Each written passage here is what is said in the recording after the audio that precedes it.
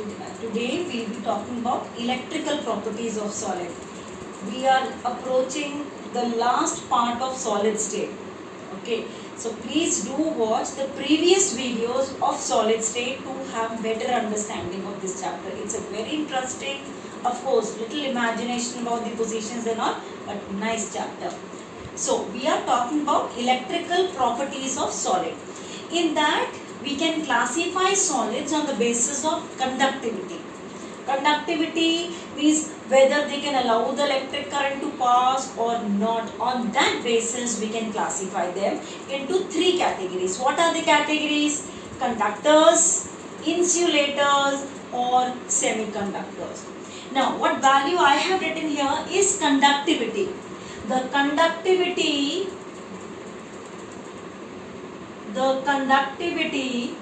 of conductor is in this range, 10 to the power 4 to 10 to the power 7 per ohm per meter. Per ohm can also be referred to as Simon per meter also we can say. This is insulator. Conductivity range is 10 to the power minus 20 to 10 to the power minus 10. Of course the same per ohm per meter. This is the range for the insulator. You can see it is very less. This is more. Conductivity is more for conductors. Insulators, this is the, semiconductors, this is the value per ohm per meter. This is the value for the semiconductors. So what are conductors? Let us discuss this first. Conductors are those which allow large amount of current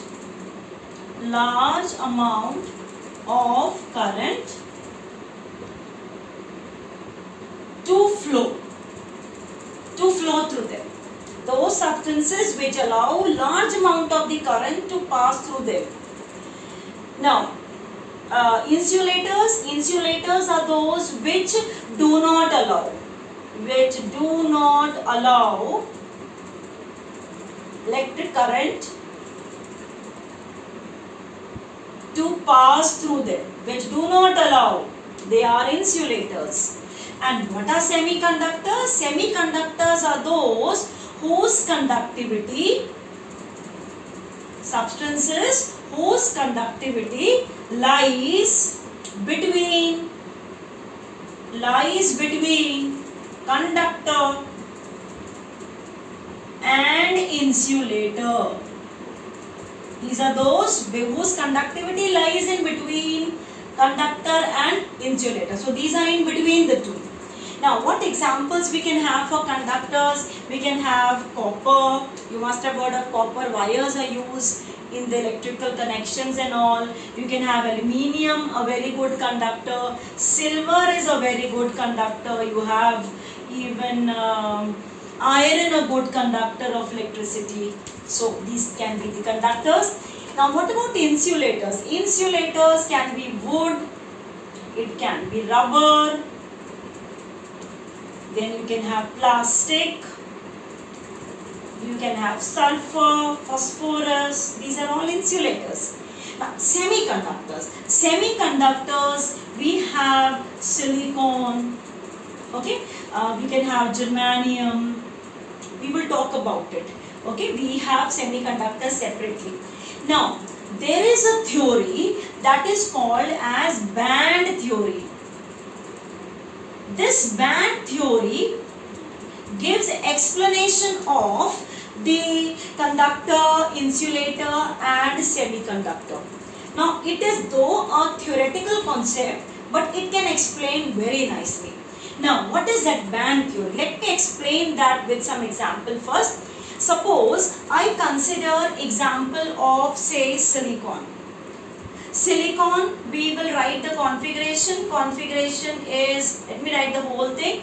It is 1s2, you have 2s2, you have 2p6, then you have 3s2 and 3p2. So you have 14 atomic number. This is the configuration.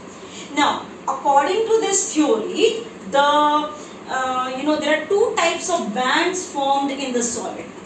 What bands they are talking about? It says those orbitals which are completely filled or which are having electrons, they become heavy. and their energy level decreases. The one which are not having electrons, which are empty, they become lighter. They come up. That means they are having a lesser energy. So those orbitals which are having completely filled, they will have still less energy. They'll become heavy, they'll go down. So it says there are two bands formed. So I'll draw here, there are two bands formed. So this I'm not showing, I'm showing only for the valence orbitals, because these will be there, of course. These will be there, and you know the gap, energy gap between the orbital as you're moving away from the nucleus is decreasing. So these will be there, and now I'm talking about 3s. So you will have 3s, here somewhere, 3s. In that 3s, you will have a pair of electron. In that apart from that 3s, you will have 3p also. 3p also will have 2 electrons. These are having electrons, so they will be heavy. In third shell, you have d orbital also. So the d orbital will be somewhere here. This is 3d. 3d is not having electron. I am just drawing it separately to show you the difference. But actually these are all in third shell. Okay, so this is having 2 electron, this is having 2 electron, this is empty, this is not having any electron. So this part which is having electron, is termed as, this they are terming as the valence band. They say that particular orbital where the electron is present in the valence shell, it is called as valence band. And in that valence band, if you have some orbital left over which is empty, like here 3d is empty, and beyond that also, all these, they will be conduction band. They will form conduction band.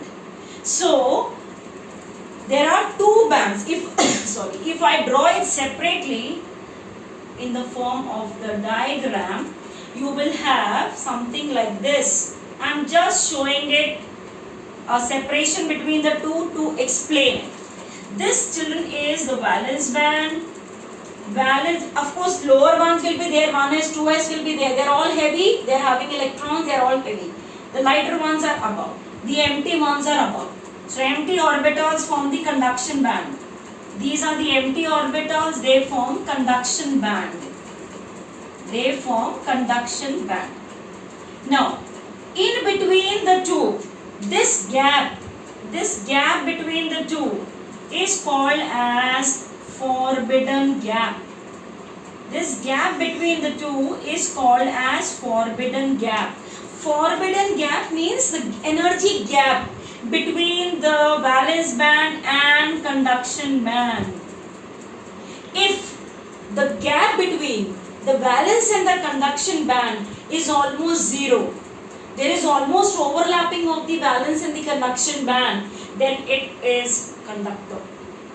If there is almost overlapping of the two, I will draw it separately and show you, but in this I am showing here. Insulator, if the gap between valence and conduction band is more, then it is called as insulator. If the gap is in between conductor and insulator, then it is called as semiconductor. This part is clear, children? What is band theory? Band theory gives explanation of conductor, insulator and semiconductor, the difference between them. It says those orbitals where the electron is present is called as a valence band. Beyond that, those empty orbitals are called as conduction band. So in an atom,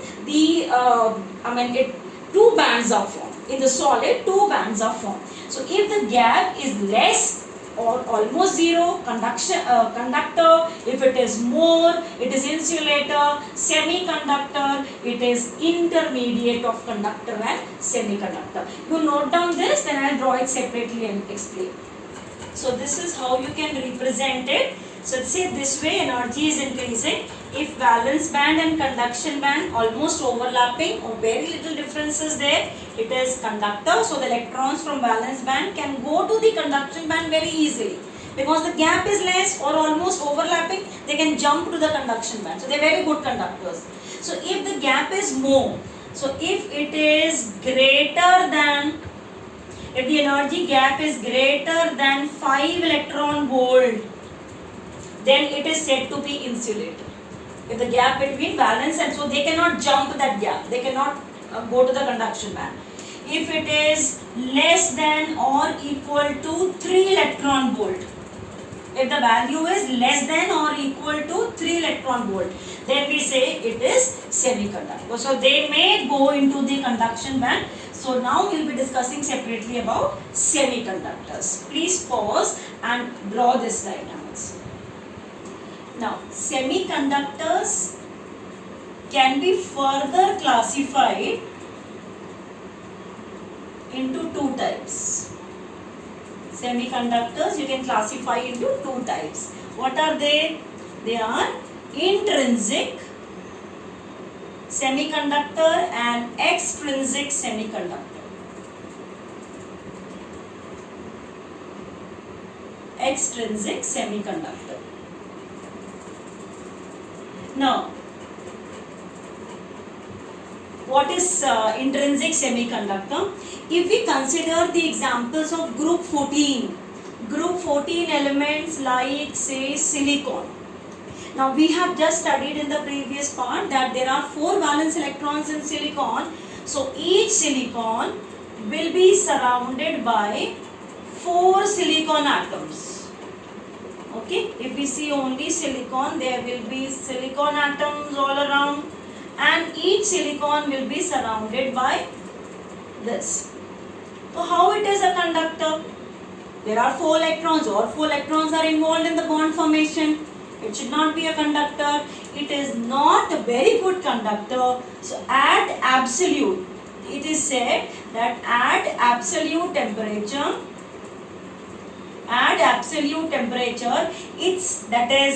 its conductivity is 0. At absolute temperature, its conductivity is 0 because no free electrons are there. No free electrons means electrons movement won't be there.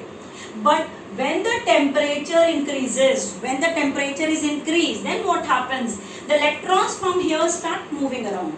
This is bonded electron. So in the bonded electron only what happens? This electron shifts its position and goes here. When this goes here, the other extra electron will go here. That extra electron will go here. So movement starts in between this.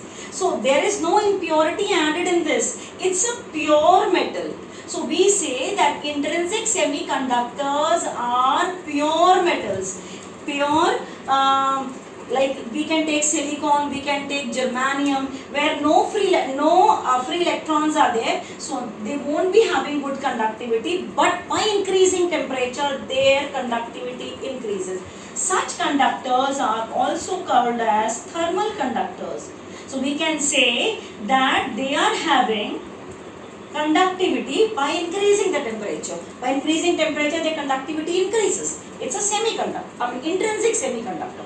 Now, if I have to talk about extrinsic semiconductor, then what? Extrinsic semiconductor, children, is further of two types. You have N-type semiconductor, and P-type semiconductor. Now, N-type and P-type. So we will first talk about N-type. Now what is this N? N stands for negative, that is electron, negative. Now we will take again example. We will take this example of silicon only. If 14 group elements are doped with 15 group or with 13 group, you will have different types of extrinsic semiconductors. So let me write that first. In the next slot I will explain NN separately. Suppose you have this 14 group. 14 group means you have examples of carbon, silicon. Yes, these are the elements of 14 group. Then you have the elements of 13 group. 13 group you have boron family. These are the 13 group. You have 15 group. 15 group are, you must have learned the elements in some order. Okay. So this 14 group, children, this forms intrinsic. This forms intrinsic semiconductor. Only 14 group will form intrinsic. If these 14 group, and particularly in this, silicon and germanium, if this 14 group is doped with, there is another term we will talk about in this, doping means some impurity is added. If 15 group impurity is added to this, so normally you add here arsenic impurity, you can add here antimony impurity. So if arsenic impurity or antimony impurity is added into it, then it will form N-type semiconductor.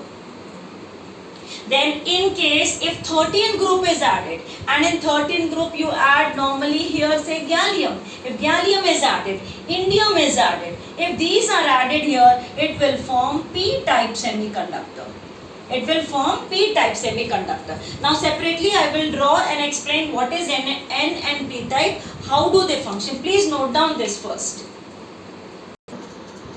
Now first we will talk about P-type. Now first what I have drawn is intrinsic semiconductor, that is silicon. P-type is formed by doping with 13 group. Any 13 group element, indium can be there. So if it is doped with 13 group element, then it will form P-type. Now P here stands for positive. Positive, or we can say it stands for hole. Hole is created. Because of the creation of the hole, the electron starts moving. How? We are going to discuss. So suppose this silicon, one atom goes and it is doped with, indium. It is doped with say indium. Indium is group 13 element. It is having 3 valence electron. 3 valence electron means it will give 1 electron here, it will give 1 electron here, it will give 1 electron here. There will be 1 hole left over. This will be a hole. This will not have any electron. This will be a hole. A gap will be left over. This will have 1 electron of silicon. But the other electron of silicon is not there because 1 atom of silicon has gone. Instead of that, indium has come. So what will happen with the presence of this hole? Somewhere from here the electrons, from somewhere else, the electron will come and occupy this position. So the electron movement will be there. One more silicon goes away. Say this silicon goes. And instead of this, one more indium is there. So 1 electron of indium, 2nd electron of indium, 3rd electron of indium, there will be a hole. So again the movement of the electron. So with the doping, because of the presence of that hole, which now we call it as a positive thing. That is why we call this as P-type semiconductor. So if the 13 group element is added to 14 group element, it will form a P-type semiconductor. Okay, because the hole is there to fill in this gap, electron movement will start and it will be a good conductor now. Next one, N-type semiconductor. N-type semiconductor is formed when doping is done by 15 group element. 15 group element means 5 electrons in their valence shell. N stands for negative, or we can say electron. Now, this suppose one silicon goes, instead of that, say arsenic, it is doped with arsenic. If it is doped with arsenic, arsenic is having 5 valence electrons. So 1 electron here, 2nd electron here, 3rd electron here, 4th, and 1 extra electron will be there. So extra electrons are there in the lattice. When extra electrons are there in the lattice, automatically it becomes a good conductor. So P-type semiconductors formed by doping with 13 group, and N-type semiconductor formed by doping with 15 group. Okay, so we can consider these semiconductor N and P also as impurity defects. These are also impurity defects because we have added some impurity in it. Because of the presence of the impurity, now there is a defect in the crystal lattice. One more arsenic is there, still one more electron will be there. So based upon this, we can classify semiconductors into 2 categories. Did you follow this? Main classification, semiconductors of 2 types, intrinsic and extrinsic. Intrinsic is pure. Extrinsic is impure. That is formed by doping either of 13 or of 15. Clear? Please note down.